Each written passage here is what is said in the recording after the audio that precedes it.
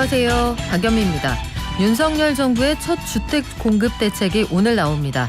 수도권 중심의 250만 호 플러스 알파 공급 대책은 역세권 등의 용적률을 풀고 민간 재건축 재개발에 특례를 주는 여러 규제 완화 방안이 담길 전망입니다. 재건축 초과이익 환수제 개편안과 재건축 안전진단 규제 완화까지 건설 분야의 규제 완화 방안이 망라될 이번 정책은 국민들의 주거비 부담을 실질적으로 낮출 수 있을까요? 잠시 후 전문가와 자세히 알아보겠습니다. 8월 16일 화요일, 여러분은 지금 출근길 경제코치 경제발전소를 듣고 계십니다.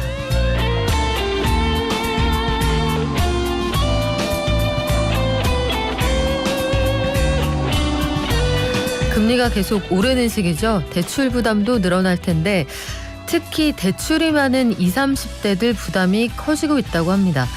투자 심리가 위축되면서 올해 주식시장에 새로 들어간 기업 공개 기업들 작년에 4분의 1 수준이다 이런 통계도 있고요. 주택시장이 침체되면서 원정 매입은 줄어들고 있는데 상가 매매 가격은 오히려 올라간다고 하네요. 무슨 얘기인지 알아볼게요. 미국이 중국 견제를 위해서 첨단 반도체 또 가스터빈 생산에 필요한 기술에 대해서 수출 통제에 나선다 이런 소식도 있고 최근에 집중호우로 침수 차량이 많이 발생을 했을 텐데 중고차 매매 시장에서 침수차 판별하는 방법까지 오늘 한국경제신문 구민기 기자가 전해드립니다. 잠깐경제에서는 최근 부동산 시장 침체로 미분양 물량이 늘어난다라고 하는데 또 공급은 역대 최대 규모로 늘리는 정책이 오늘 발표될 예정이거든요. 시장 상황에 맞을지 앞으로의 영향 어떨지 알아보겠습니다. 증시 들렀다가 지식발전소 열게요. 일한다고 해서 모두가 근로자로 인정받는 것은 아니다라고 하거든요. 이른바 근로자성 이게 중요하다고 하는데 가르는 기준이 어떤 건지 살펴보겠습니다. 지식발전소 하나 더 열까요? 브랜드 가치의 중요성이 커지면서 상표권 둘러싼 분쟁도 늘어나는 중입니다. 아이돌의 사례로 쉽고 재미있게 브랜드 가치의 중요성 한번 알아볼게요. 저희 방송 중에 단문 50원, 장문 100원, 샵 0951하고요. TBS 앱과 유튜브도 열려 있습니다.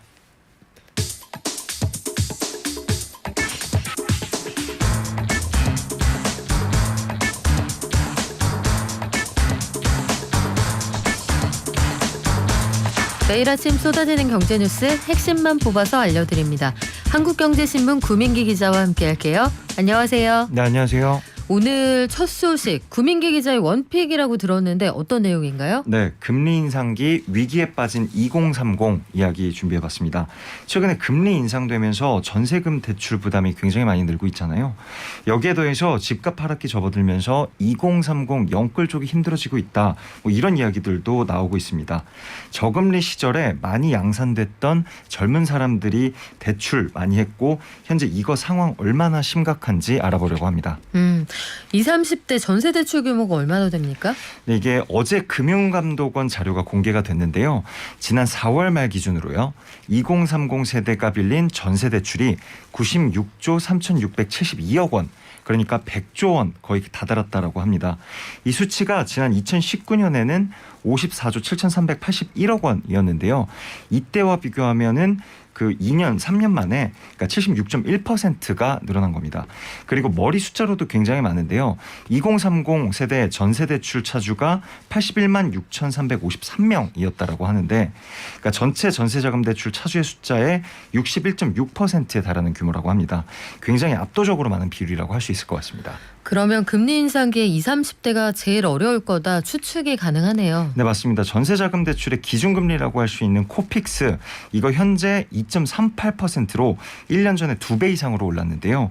그만큼 은행들이 전세 대출에 대한 이자율 높이고 있다는 건데 이런 상황에서는 자연스럽게 방금 말씀드린 가장 많이 대출을 받은 2030이 피해를 가장 많이 받는다라고 할 수 있을 것 같습니다. 금리가 올라간다라고 하면 전세 대출뿐만 아니라 좀 무리해서 집을 미리 사셨던 분들도 힘들어질 수 있을 텐데 20, 30대 영끌족이 아무래도 부담이 크겠죠? 네, 맞습니다. 아무래도 금리 오를 때 대출 많이 받아서 힘든 것도 있겠는데 금리 상승이 집값 하락하고도 연관이 되잖아요.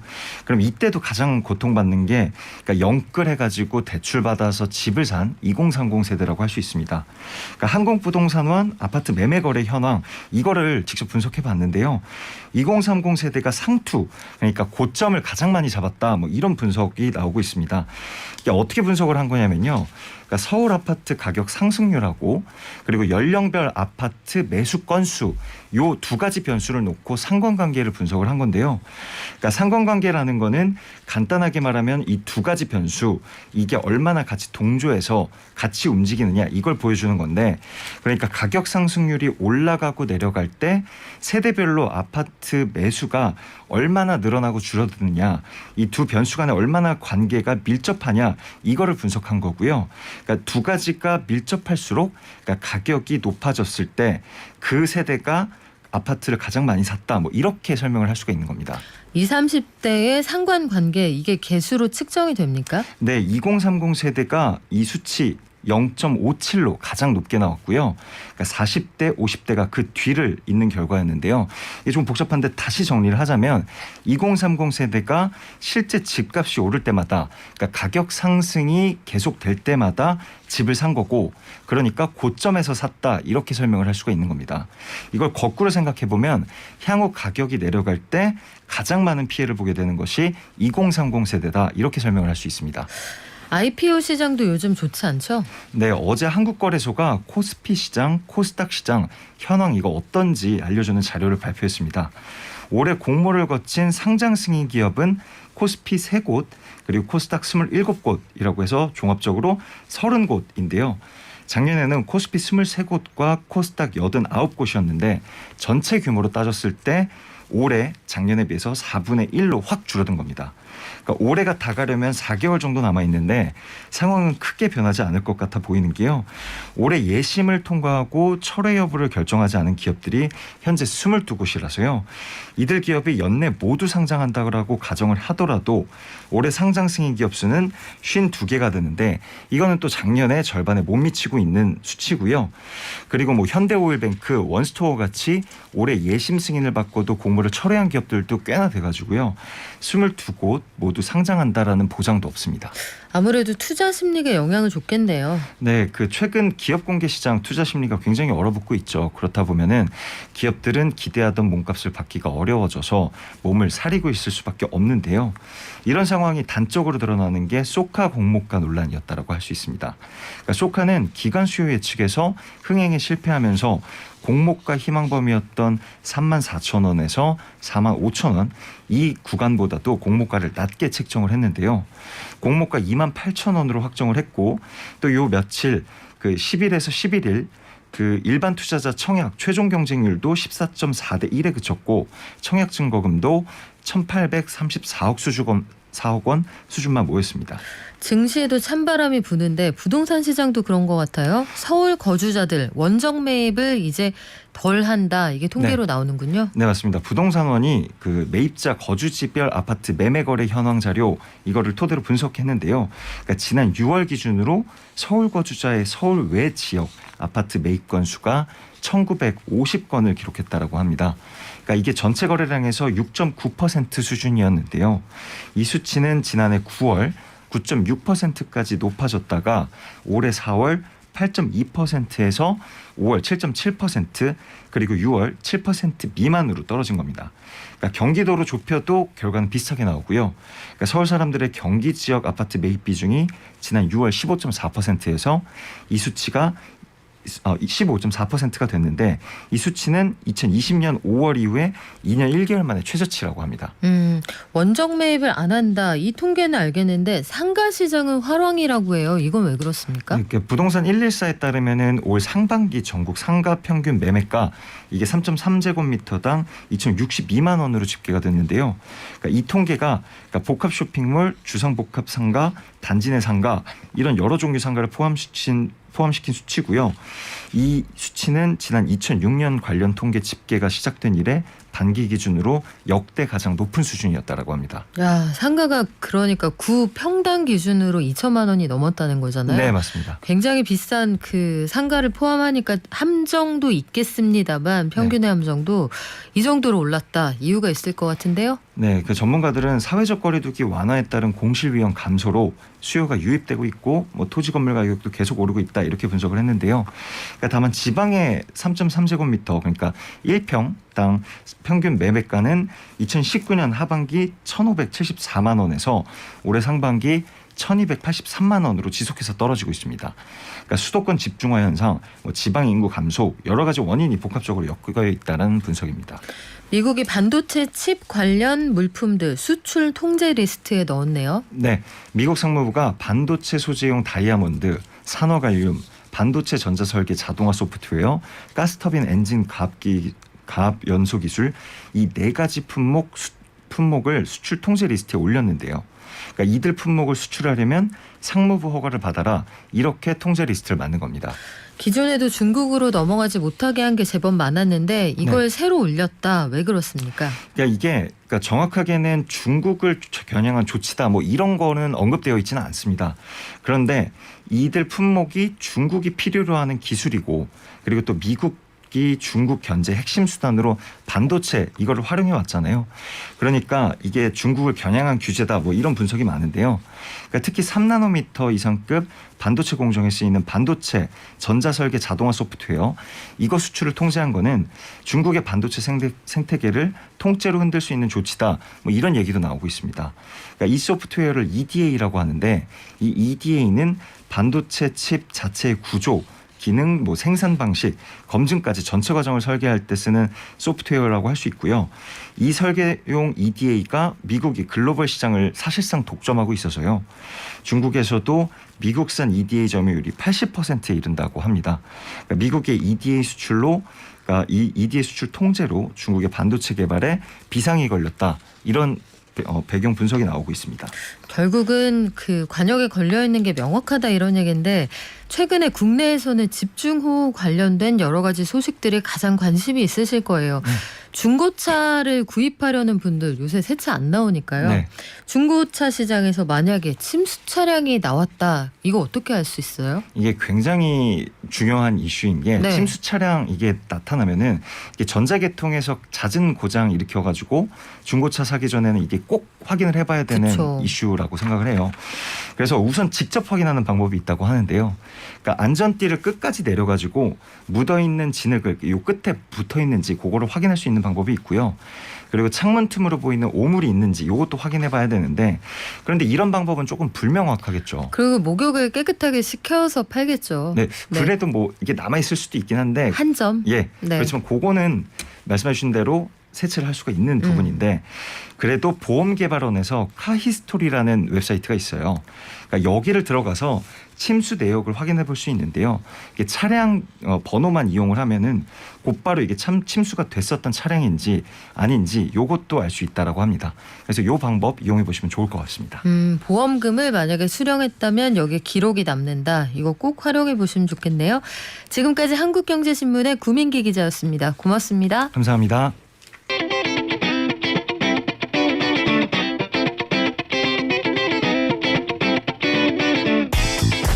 한동안 청약시장이 정말 뜨거웠습니다. 딱 1년 전까지 그랬는데요. 요즘에 부동산 시장에서는 미분양이 쌓여간다. 서울에서도 분양가 깎아준다. 분양만 하면 외제차까지 경품으로 건다. 이런 얘기가 나옵니다. 이런 상황 속에서 오늘 윤석열 정부가 대규모 주택 공급 정책을 내놓는다고 하네요. 여러 가지 부동산 정책들이 나오는데 공급이 부족하다 이런 목소리도 여전히 있긴 하지만 미분양이 쌓여간다 이런 얘기도 있거든요. 지역별로 섬세한 조정도 좀 필요할 것 같고요.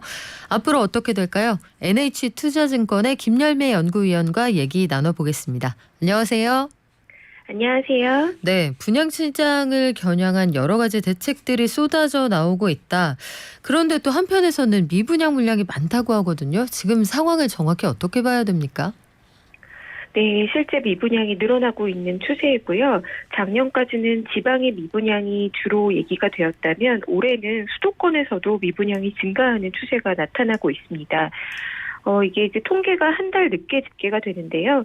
6월 말 기준으로 발표된 미분양 주택이 전국 기준으로 5월 대비해서 2% 정도 증가했습니다. 지금 현재 2만 8천 세대 정도가 전국적인 미분양인데요. 수도권의 경우에는 아직 절대 규모가 아주 높은 수준은 아니에요. 하지만 전국적으로 6월 말에 4,456가구로 전월 대비해서 893가구, 한 달 만에 25.1%가 증가했다는 이 증가 속도가 다소 우려가 되는 상황입니다. 또 공사를 다 해놓고도 다 지어졌는데도 분양이 안 된 미분양이 이제 준공후 미분양이라고 해서 좀 더 악성으로 취급하는데요. 이것 또한 전국적으로 7,130가구로 5월보다 300가구가 증가했습니다. 서울의 경우에도 준공후 미분양이 이제 나타나기 시작했는데요. 5월까지는 37가구라서 거의 없었다라고 보였지만 6월 달에는 수유동에서 한 단지가 대규모로 준공후 미분양이 발생하면서 이제 215가구 증가한 상태입니다. 상황이 종합을 해보면 청약 자체를 안 하거나 아니면 청약에 당첨이 돼도 포기한다 이런 얘기가 나오는데 청약 당첨됐다가 포기하신 불이익이 크잖아요. 이런 선택을 하시는 이유가 있을까요? 네, 청약이 당첨돼도 계약을 안 하시는 미계약이 증가하고 있는데요. 가장 큰 요인은 지금 대출 규제와 금리 인상으로 인해서 자금 마련에 어려움을 겪으시는 분들이 상당히 많아지고 있다라고 보여지고요. 이자 부담도 지금 금리가 워낙에 빠르게 올라가다 보니까 기존에 생각했던 만큼 대출을 받는다고 해도 이자 부담이 상당히 압박이 되는 상황입니다. 또한 그와 함께 올해 들어와서 부동산 시장이 급격하게 냉각되다 보니까 집값 상승이 아니라 이제는 하락하겠다라는 걱정이 되기 시작하면서 당첨이 돼도 계약을 포기하시는 분들이 많이 나타나고 있고요. 또한 규제가 지역별로 상품별로 차별화되어 있다 보니까 이게 좀 복잡하거든요. 그러다 보니까 분양 가격이 일괄적으로 일반적인 평균 매매 가격보다 싸지 않고 요즘에는 분양 가격이 좀 비싸다 이런 청약도 꽤 있습니다. 그러다 보니까 가격 메리트가 없으면 당첨이 돼도 또 포기하시는 분들이 많이 나타나고 있는 상황입니다. 그런데 우리가 관련 기사나 보도 내용들 보면 미분양이라는 표현도 있고 미계약이라는 단어도 나오거든요. 두 개는 다른 건가요? 미분양이 좀 더 포괄적인 개념이라고 보시면 되고요. 미분양은 특별공급, 일반공급, 1순위, 2순위 이렇게 청약을 진행해서 2순위까지도 청약을 했는데 신청자가 부족해서 청약 경쟁률이 1대1이 안 나온다. 이런 경우는 확실히 미분양이라고 하고요. 또 이제 1대1은 넘어가서 평균 경쟁률이 전체적으로 봤을 때 1대1은 넘었는데 그래서 당첨이 되신 분들이 있는데 이 당첨자가 계약을 안 하는 것을 미계약이라고 합니다. 청약 부적격으로 인해서 계약을 못 하시는 경우도 있지만 최근에는 당첨이 되었어도 계약을 안 하는 미계약분이 증가하고 있는 거고요. 미계약이 되었을 때에는 줍줍이라고 해서 무순위 청약을 하는데 청약을 해도 또 마지막까지도 계약을 안 하게 되면 미분양이 계속 남게 되는 거죠. 무순위 청약이라는 게 이른바 우리가 시장에서 줍줍이라고 얘기했던 거잖아요. 근데 이것마저 미달이 됩니까? 네, 그렇습니다. 최근에 지금 무순위 청약으로 나온 아파트 미계약 물량이 올해 상반기에 2,788가구로 지난해 상반기 1,396가구 대비해서 2배로 증가했습니다. 주변 시세 대비해서 분양가가 높은 경우에 가장 이 미계약이 많이 발생하고 있다고 보여지고요. 인천의 송도 같은 경우에는 5번이나 무순위 청약을 진행을 한 사례까지 나오면서 이제 점점 더 어떻게 보면 주택 구매자, 청약하시는 분들이 가격이 상당히 예민해지고 있다. 그래서 가격 메리트가 없으면 당첨이 돼도 줍줍도 완판이 안 되고 있는 그런 상황이 계속 발생하고 있습니다. 이 무순위 청약 관련해서 작년에 정부가 지원할 수 있는 기준을 좀 강화했는데 재고가 쌓이니까 이거 좀 바꿉시다 이런 얘기가 있는 모양이네요. 네, 이 무순위 청약에 대해서 지난해 국토부는 해당 아파트 소재 시도의 무주택자만 무순위 청약에 들어갈 수 있도록 제안을 했습니다. 이전에는 전국적으로 미계약이 발생하고 나면 어디에 사는 사람이든 이제 청약을 할 수가 있었는데요. 지난해부터는 해당 아파트 소재 시도의 무주택자로만 제한을 하면서 참여할 수 있는 사람 수가 확연히 줄었다라는 거죠. 그러다 보니까 국토교통규제개혁위원회에서는 무순위 청약에 대해서 이거를 너무 강제할 필요는 없다. 이미 2순위까지 하고 난 후에도 이 청약이 안 된 경우에는 선착순이라던가 또는 임의 분양을 가능하도록 해줘야 되지 않느냐라는 얘기가 나오고 있습니다. 무순위 청약을 한 번 할 때마다 비용과 시간이 발생하게 되고 아무리 해도 반복적으로 해도 해당 아파트 소재 시도에서 해결이 안 되는 물량이 나타나기 시작했기 때문에 규제 완화를 얘기하기 시작하는 거죠. 하지만 이거에 대해서는 바로 규제 완화를 하기도 쉽지 않은 것이요. 과거에 무순위 청약에 대한 규제가 없을 때에는 부적격자를 가려내기가 상당히 쉽지 않은데 사업자가 이 부분을 어떻게 관리할지 모른다. 즉 사람마다 해당 사업지마다 동호수를 임의로 분양해 주거나 가격을 다르게 분양하는 것도 비일비재하게 발생했었기 때문에 청약하시는 분들을 보호하기 위해서 이 규제 완화가 빠르게 일어나기는 또 쉽지 않은 상황이라고 보였습니다. 이런 상황 속에서 오늘 대규모 공급 대책이 나올 예정이잖아요. 어떤 내용들이 포함이 될까요? 네, 지금 현 정부 들어와서 이 공급 대책 원래 공약에서 나왔던 숫자가 250만 호 플러스 알파입니다.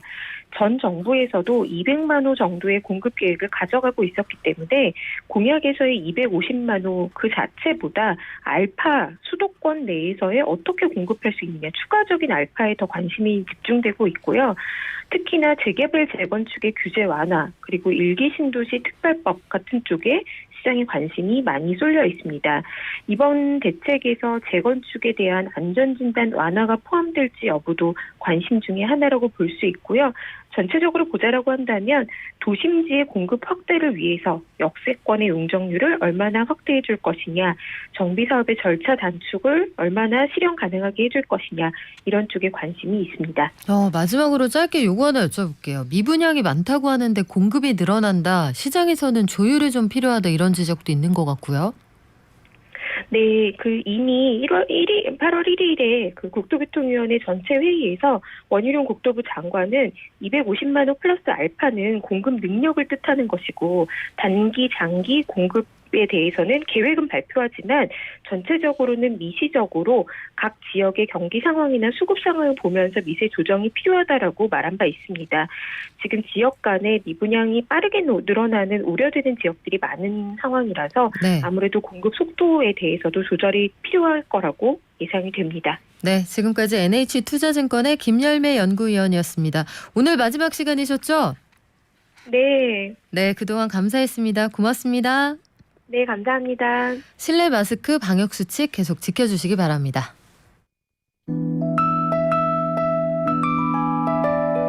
개미 한 마리, 개미 두 마리, 개미 세 마리가 사과를 들고 하나, 둘, 셋.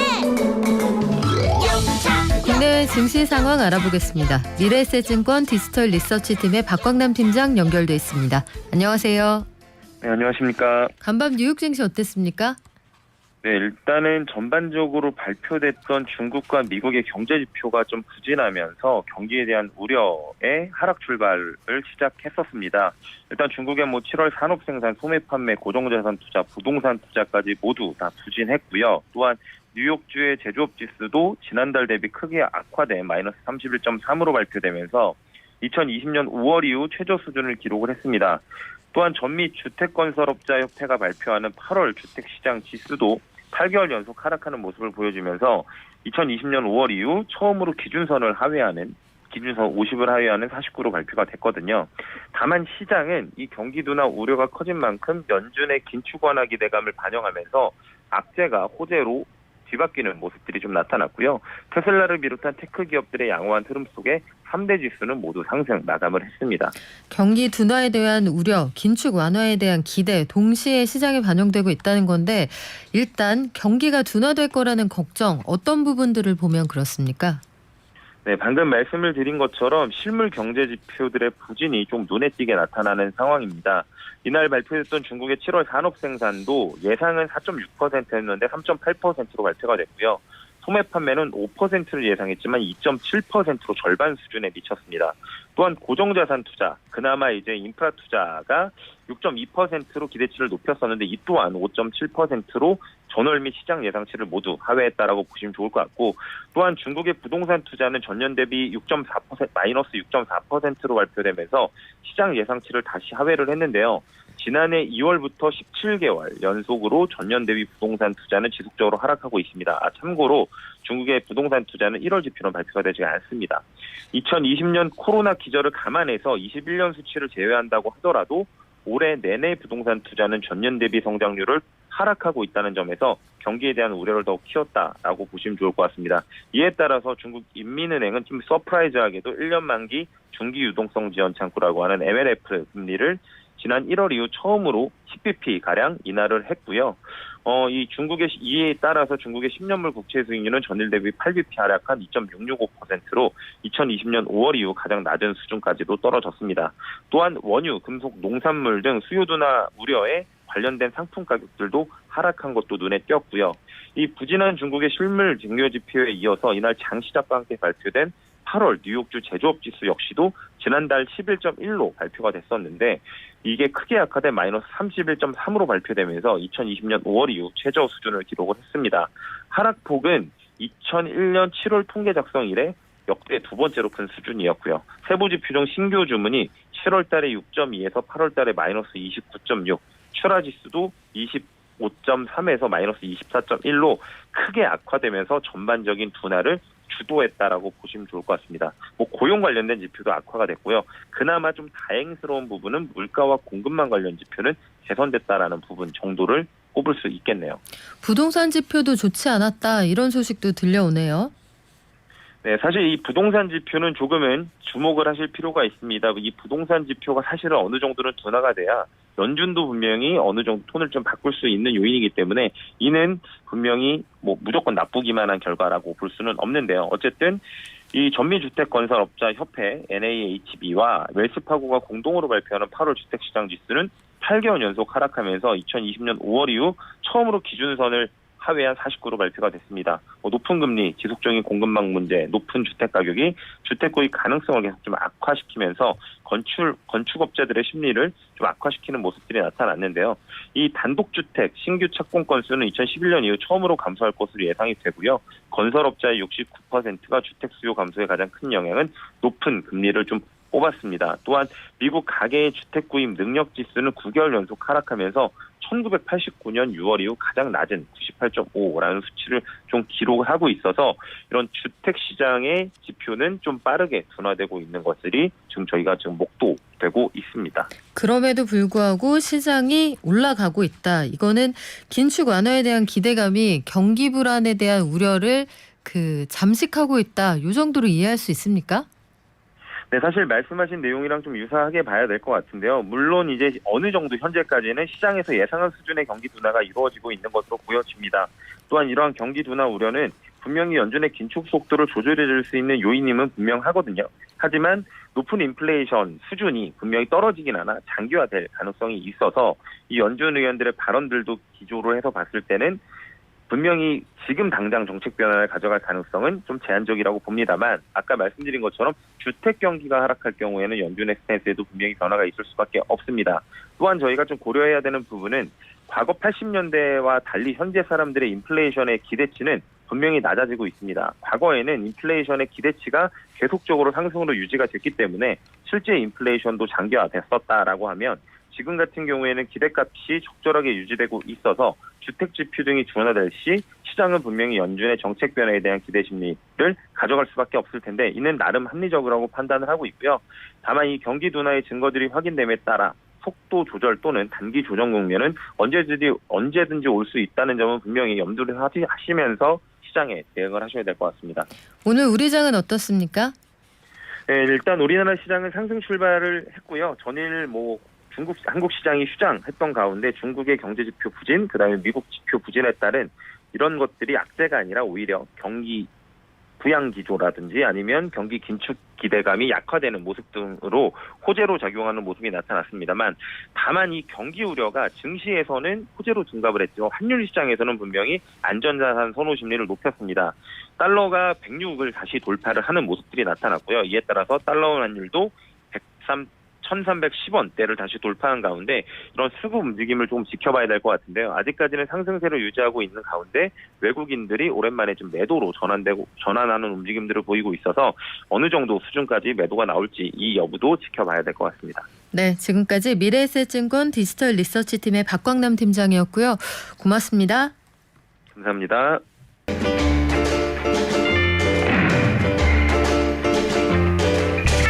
네, 오늘 부지런히 출첵해 주시는 우리 식구들 많으시네요. 자, 메이메이님, 그래요. 우리가 댓글로는 처음 만난 것 같은데 저도 만나 뵙게 돼서 반갑습니다. 티어로 가입하셨군요. 고맙습니다. 그리고 바람꽃 도율파파님, 늘 저희 들러주시는 식구시죠. 고맙습니다. 화창한 아침에 출첵합니다. 9946님 반갑고요. 삼봉님 고맙습니다. 그 밖에도 우리 그린백님, 순종황제님, 살들의 추억님 등등 다들 출첵해 주셔서 감사하고요. 일을 한다고 다 근로자는 아니다. 오늘은 저희가 그 주제를 준비했거든요. 근로자성이라는 걸 다투기 위한 소송도 한다고 해요. 요거 아마 그 배달업계와 갈등했을 때 아마 들어보셨을 텐데 일터에 나가서 일하면은 그럼 근로자, 그럼 노동자일 것 같은데 꼭 그렇진 않다고 합니다. 프리랜서나 회사의 임원은 근로자가 아니래요. 회사의 임원도 아니군요. 이게 분쟁 시에 근로자성이 아주 중요하다고 하는데 어떤 게 근로자성을 가르게 되는지 우리 HR 컨설턴트 장래석 노무사에게 물어볼까요? 안녕하세요. 네, 안녕하세요. 노무사님, 근로자인지 아닌지 요거를 판단하는 기준이 뭔가요?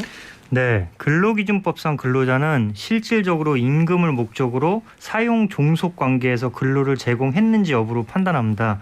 근로자로 인정되면 당연히 52시간 이상 근로를 할 수 없고요. 연차 휴가도 줘야 되고 연장 야간 휴일 근로 수당 그리고 해고도 마음대로 할 수 없고 퇴직금도 지급해야 되는 등 노동법상 주요 내용이 다 적용이 됩니다. 그리고 4대 보험이 적용되기 때문에 실업급여 대상이 되고 업무상 사고나 질병에 걸리면 산재보험이 적용이 됩니다. 그리고 소득세도 근로자는 근로소득, 사업자는 사업소득을 적용받고 근로계약서를 작성하냐, 업무 위탁계약서를 작성하냐도 달라집니다. 그러므로 근로자로 인정되느냐 안 되느냐는 매우 중요한 거죠. 그런데 근로자는 사업주와 사용 종속 관계가 있어야 한다. 이게 객관적으로 입증이 돼야 된다는 거잖아요. 이거는 판단을 어떻게 하나요? 네, 여러 가지 판단 기준이 있는데요. 판례에 따르면 일단 근로자는 회사가 정한 취업 규칙 등의 규정을 적용받아야 되고요. 업무 수행 과정에 있어서도 사용자로부터 구체적인 지휘 감독을 받아야 됩니다. 그리고 사용자가 어디서 몇 시까지 일해라 라는 근무 시간 장소가 지정을 해줘야 되고요. 그 다음에 근로자기 때문에 당연히 비품이나 원자재나 작업 도구 같은 것도 다 사용자로부터 공급을 받아야 됩니다. 그리고 제3자를 고용해서 업무 대체를 할 수 없어야 되고요. 마지막으로 근로 시간을 기준으로 기본급 등의 고정 급여를 받아야 됩니다. 그래서 이런 뭐 하나가 있다 없다라고 판단하는 건 아니고 이런 여러 가지를 종합적으로 판단을 합니다. 아, 그렇군요. 프리랜서는 어떻습니까? 방송국에 프리랜서 정말 많거든요. 예, 프리랜서는 사용자의 지휘 감독을 받지 않고 자신의 판단에 따라서 자유롭게 노동을 제공하는 사람인데요. 뭐 방금 말씀하신 방송계 종사자도 그렇고 학원 강사, 뭐 헬스 트레이너, 지입차주, 또 요새는 IT 업계의 개발자들도 많이 프리랜서로 활용을 합니다. 하지만 이들도 실제 일하는 방식에 따라서 근로자로 인정이 될 수 있는데요. 최근에 학원 강사가 근로자로 인정된 사례가 있습니다. 내용을 봤더니 타임 테이블이 딱 존재하고 그 학원 원장님이 강의 시간을 다 정해놓고 강의 내용과 장소도 학원 측에 구속을 받았습니다. 그리고 강의를 포함한 업무에 사용하는 비품, 원자재, 뭐 작업 도구 다 학원으로부터 제공을 받았고 그 다음에 학원 강사라면 당연히 뭐 강의 시간, 뭐 학생 수에 따라서 이제 그 수입이 달라져야 되는데 기본급이 딱 정해져 있었어요. 그리고 강의 시간 외에도 학원에 종속되어서 학생들에게 질문을 받는 등 여러 가지 부가적인 일을 지시받아서 했습니다. 그래서 이런 것으로 인해 근로자로 인정받았고 그 결과 체불임금 300만 원을 지급받을 수 있었습니다. 요즘에 그 플랫폼 노동자, 그러니까 옛날로 치면 인력 소개소가 IT 기술을 입고 그 안으로 들어간 거잖아요. 그런 곳에서 그 사업주와 서로 소개를 받아서 일하는 사람들, 이런 분들의 근로자성이 이슈인데 지입차주를 근로자로 인정한 사례가 있나요? 네, 올해 판결 중에 그 심지어 본인 소유의 화물차를 가지고 일을 하는 지입차주셨는데 근로자로 인정이 됐습니다. 그래서 그 내용을 보니까 출발 2시간 전에 항상 공장에 출근해서 배송 물량이나 배송지를 전달받고 배송한 후에는 어디 배송했다 이렇게 업무 보고도 회사에다 했고요. 가끔은 긴급 배차 지시로 일요일에도 근무를 했습니다. 이런 거는 이제 자유롭게 일을 하는 프리랜서가 아니고 근무 장소와 시간에 대한 결정권이 없었다는 증거가 됐고요. 그 다음에 사내 체육대회에 참여하는 것도 좀 이상한데 심지어 회사가 지급한 티셔츠를 입어라 라는 지시를 받았고 네. 사장님이 현장 방문을 하시니 창고에 있는 빈 박스들을 정리해라. 이거는 사실 지입차주의 일이 아니잖아요. 그래서 업무 외적인 지시도 받았다. 그리고 마지막으로 용역비를 매월 배송량과 무관하게 고정적으로 지급받았다. 이런 것으로 인해서 근로자로 인정이 됐습니다. 전반적인 상황이 다 그렇기는 한데 저는 여기에서 밑줄을 긋게 되네요. 사내 체육대회 회사 티 입어라. 이거는 뭐 빠져나갈 수 없을 것 같은데 저희도 기자협회 축구대회 이런 거 할 때 입고 가거든요. 자, 회사 임원도 근로자로 인정되는 경우가 있나요가 질문인데 일단 회사 임원은 당연히 근로자 아니야 이렇게들 생각을 많이 하실 거거든요. 회사 임원은 왜 기본적으로 근로자가 아닌가요? 임원은 원칙적으로 근로자가 아닙니다. 그래서 그 근로자성이 인정이 안 되는 게 원칙인데요. 왜냐하면은 임원이라는 말 자체가 그 특정한 직책을 가지고 그 어떤 출퇴근이나 이런 거에서 벗어나서 그 고유의 짭을 가지고 자유롭게 일을 하는 사람들을 말하는 거거든요. 근데 사실 우리나라의 대부분의 임원은 그렇지가 못하죠. 그래서 임원 중에 주식회사의 등기이사는 뭐 주주총회 결의로 보통 해임을 할 수 있는데요. 만약 해당 임원이 근로자라면 해고에 해당하기 때문에 주총 결의가 있어도 해임을 할 수 없게 됩니다. 이제 임원이 근로자로 인정받으려면 상급자에게 업무에 대한 결제를 받아야 되고요.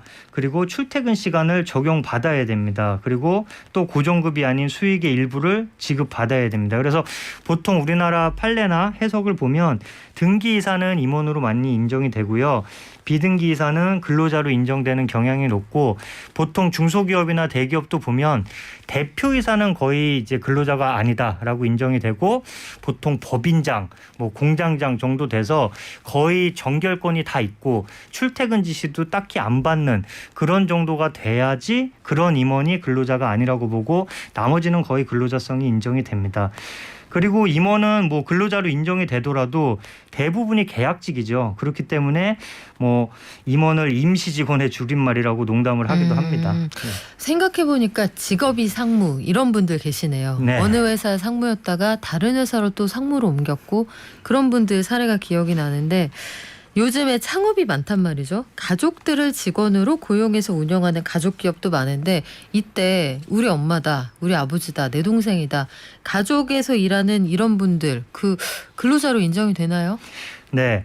가족이라 하더라도 정당하게 근로계약을 맺고 일을 한다면 근로자로 인정이 됩니다. 하지만 가령 뭐 아버지가 그 운영하는 빵집에서 일하는 딸이나 그 배우자의 경우 이분들이 근로자인지 사업주인지 구분하기가 애매하죠.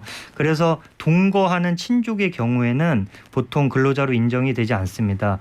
여기서 동거는 당연히 생계를 같이 하는 것을 의미하고요.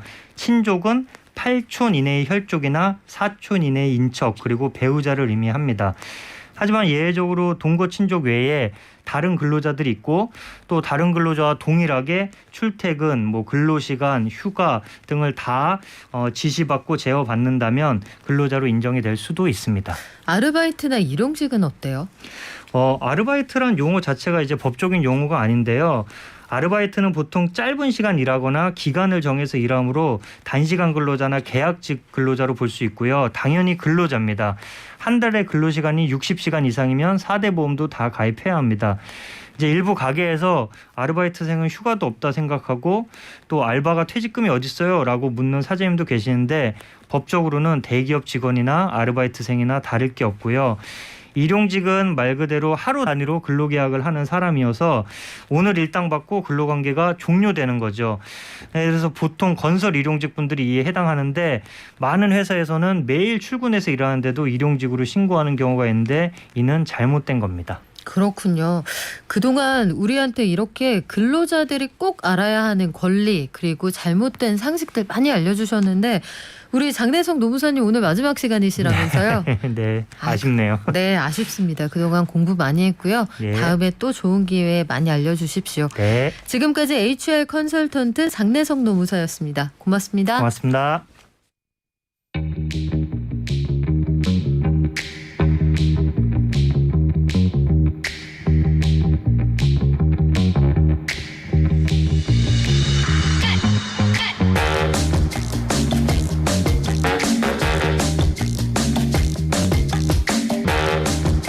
자, 휴가를 다녀오신 유성원 변리사 제 옆에 나오셨습니다. 안녕하세요. 네, 안녕하세요. 자, 잘 다녀오셨습니까? 네, 재밌게 잘 다녀왔습니다. 요즘에 그 브랜드라는 거, 사람에 대한 브랜드나 아이돌도 마찬가지고 뭐 기업은 말할 것도 없고요. 브랜드가 중요하다는 얘기 참 많이 하게 되는데 오늘은 아이돌을 비롯한 유명인 사례를 통해서 상표권 얘기해 주신다고 들었거든요. 네, 상표권이라는 게 정확히 어떤 겁니까? 상표권은 바로 이 이름에 대한 권리라고 생각하시면 될 것 같습니다.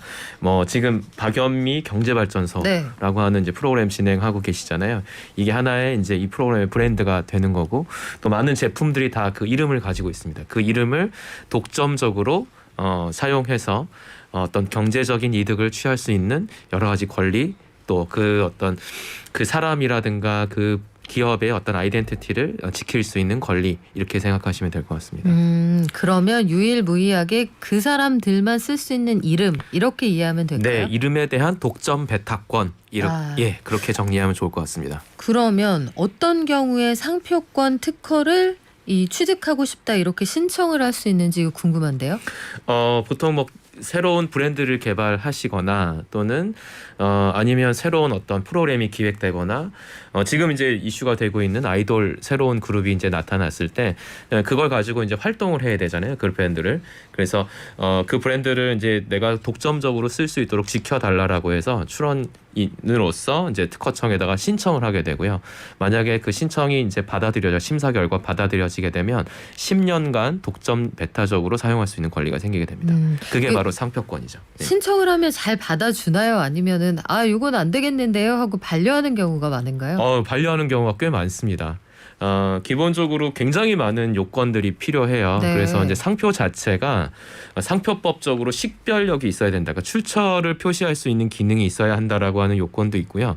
그 외에도 그 선등록된 상표라든가 먼저 사용하고 있는 상표하고 동일하거나 유사하지 않아야 하고 또 유명한 어떤 타인의 권리를 침해하거나 또는 타인의 어떤 경제적 이익을 부정한 목적으로 편승하려고 하는 의도들이 없어야 한다고 등 굉장히 여러 가지 까다로운 조건들이 있습니다. 까다롭네요. 그러면 만약에 내가 비슷하게 짓고 싶다거나 아니면 그쪽에서 한번 틈새를 노려보고 싶다라고 생각을 했는데 먼저 등록한 사람이 이거 우리한테 좀 방해될 것 같은데 이의를 제기하면 더 어려워지는 거네요. 네, 그렇습니다. 그렇군요. 그러면 만약에 이러면 어떻습니까?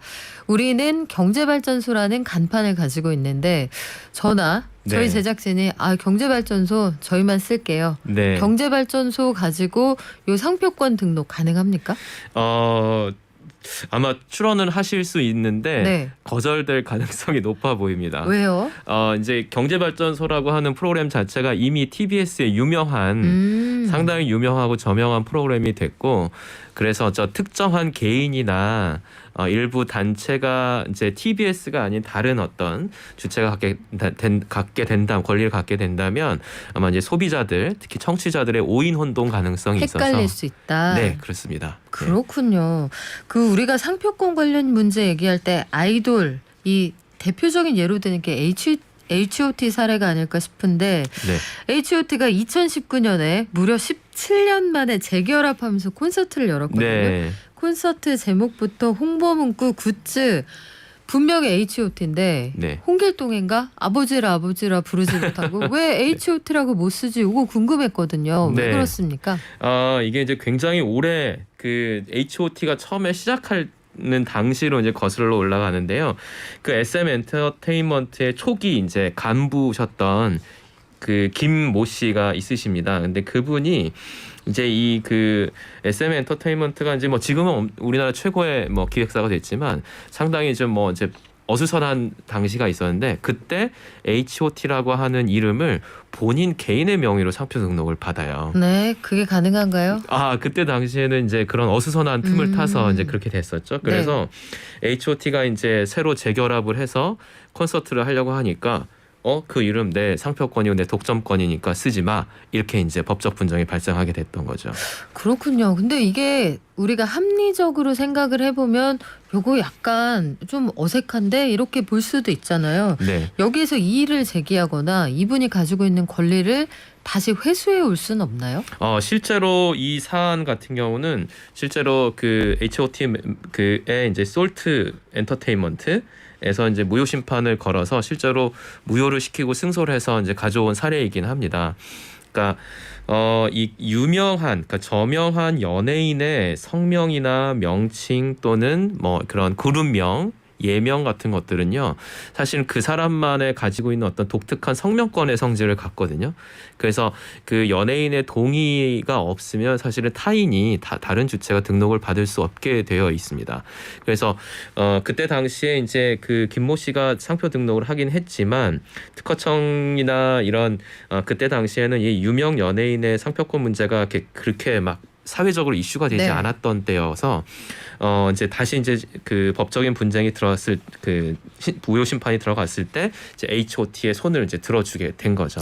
근데 생각해 보니까 H.O.T만 그런 게 아니에요. 그룹명을 아예 못 쓰는 사례도 있는데 하이라이트라는 그룹이 있거든요. 제가 진짜 좋아하는 그룹이에요. 비스트 때부터 좋아했는데 네. 분명히 멤버는 다 비스트 멤버라고요. 네. 근데 이름은 하이라이트로 바꿔서 데이드림 같은 명곡을 내고 있습니다만 왜 이름을 못 씁니까? 이제 이 연예인들 특히 아이돌 그룹명의 이름 명칭이 단순히 어떤 연예인의 활동명뿐만 아니라 상당한 경제적 가치를 갖습니다. 그러니까 뭐 다양한 굿즈라든가 상품들, 뭐 텀블러, 의류 뭐 이런 걸로 굉장히 이제 활용이 될 수가 있거든요. 브랜드 가치가 높기 때문에. 그래서 기획사들이 요즘은 보통 아이돌 그룹을 기획해서 이름을 지을 때부터 상표 등록을 해서 기획사가 소유를 하게 돼요. 그러다 보니까 이제 그 소속 연예인들이 어떤 전속 계약 기간이 끝나고 다시 다른 소속사로 옮겨서 활동을 하려고 할 때 이제 전 기획사가 그 그룹명 쓰지 마라고 하는 이제 법적인 어떤 주장을 하게 되는 거죠. 이게 상당한 부담이 되게 될 수밖에 없습니다. 그래서 캐리와 장난감 친구들의 캐리도 이름 바뀌었군요. 네. 지니로. 네. 2NE1도 그래서 미국 코첼라 무대에 쓸 때 이 그룹명을 사용하지 못했다라고 하는데 만약에 재결합을 하거나 요즘에 소위 레트로라고 해서 과거에 그 그룹들이 다시 뭉쳐서 활동할 때가 많거든요. 근데 소속사는 제각각이거나 이런 경우가 많은데 그럼 그럴 때는 어떻게 해요? 보통은 이제 전 소속사를 찾아가서 이제 합의를 하는 경우들이 많이 있습니다. 그런데 이제 그 합의가 이제 제대로 이루어지지 않을 경우에는 사실은 이제 원래 쓰던 이름을 좀 쓰기가 상당히 어렵고 그때 다시 법적인 어떤 분쟁을 제기한다고 하더라도 그거를 해결하는데 상당한 시간이 걸리기 때문에 대부분 다 어려움을 겪고 있죠. 그래서 현재 그 우리나라에서 이제 쓰고 있는 표준 전속 그 연예인 계약서에 보면 그 어떤 아이돌 그룹이 시작할 때는 소속사가 그 모든 상표나 이런 브랜드명에 대한 권리를 가질 수 있다라고 정의하고 있지만 계약 기간이 종료돼서 그룹이 해체되거나 또는 이제 서로 뿔뿔이 흩어졌을 때는 그 아이돌 그룹에게 소속사가 그 상표권을 갖다가 줘야 한다라고 하는 조항을 이제 권고 사항으로 이제 두고 있긴 합니다. 최근에 또 생각나는 그룹이 있네요. 여자친구 일부 멤버는 하이브로 옮겨갔고 또 나머지는 이제 소속사가 각각 좀 달라지기는 했는데 걸그룹 여자친구의 전 소속사가 Gfriend라는 명칭에 대한 상표권 출원 등록을 신청을 했어요. 네. 근데 특허청이 안 받아줬습니다. 네. 이건 왜 그렇습니까? 예, 우선 첫 번째로 아까 말씀드린 그 상표법 34조 1항 6호 저명한 타인의 예명이나 아호 또는 어떤 그룹명 같은 것들은 그 본인들의 동의가 있어야만, 그러니까 결국 아이돌 member 각각의 동의가 있어야만 등록을 해줄 수 있다라고 하는 것이 이제 첫 번째 거절 사유였고요. 두 번째는 이미 걸프렌드 그 여자친구, 그다음에 Gfriend라고 하는 거는 아이돌 그룹 G 그 여자친구의 이제 말하면 영문 약칭이기 때문에 이게 그 지금 이제 소속사가 다 흩어졌잖아요. 그래서 다른 전 소속사가 이 권리를 갖게 되면 소비자의 오인 혼동이 이제 발생할 수 있다. 그래서 두 가지 이유로 특허청이 거절을 하게 된 거죠. 그렇군요. 그러면 이게 기준이 일괄적인 거라기보다는 상황에 따라서 좀 유동적으로 바뀔 수도 있다 이런 느낌이 드는데 네. 유명 가수 상표권 관련해서 지난해 화제가 됐던 거 가수 영탁 씨 이름을 사용한 막걸리 상표권 분쟁이 있었잖아요. 요건 결론이 어떻게 났습니까? 현재 아직 진행 중이고요. 사실 아주 뭐 첨예한 대립을 하고 있죠. 그래서 이 서로 간에 이제 진실 게임 공방도 하고 있고 제가 타 방송사에서 요거 관련된 출연을 한번 했었는데 네. 영탁 그 팬클럽에서 저한테 네.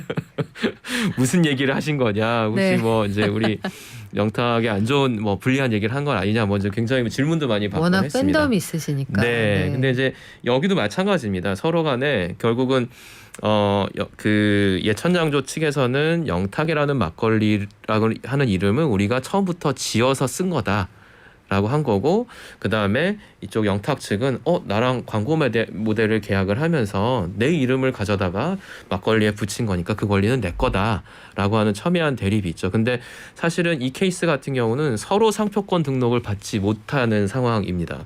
그러니까 우선 예천장조 측은 영탁이라고 하는 가수의 이름이 굉장히 유명하고 저명한 이름이기 때문에 이제 영탁의 동의를 받아야만 네. 상표 등록을 받을 수 있는 상황이고요.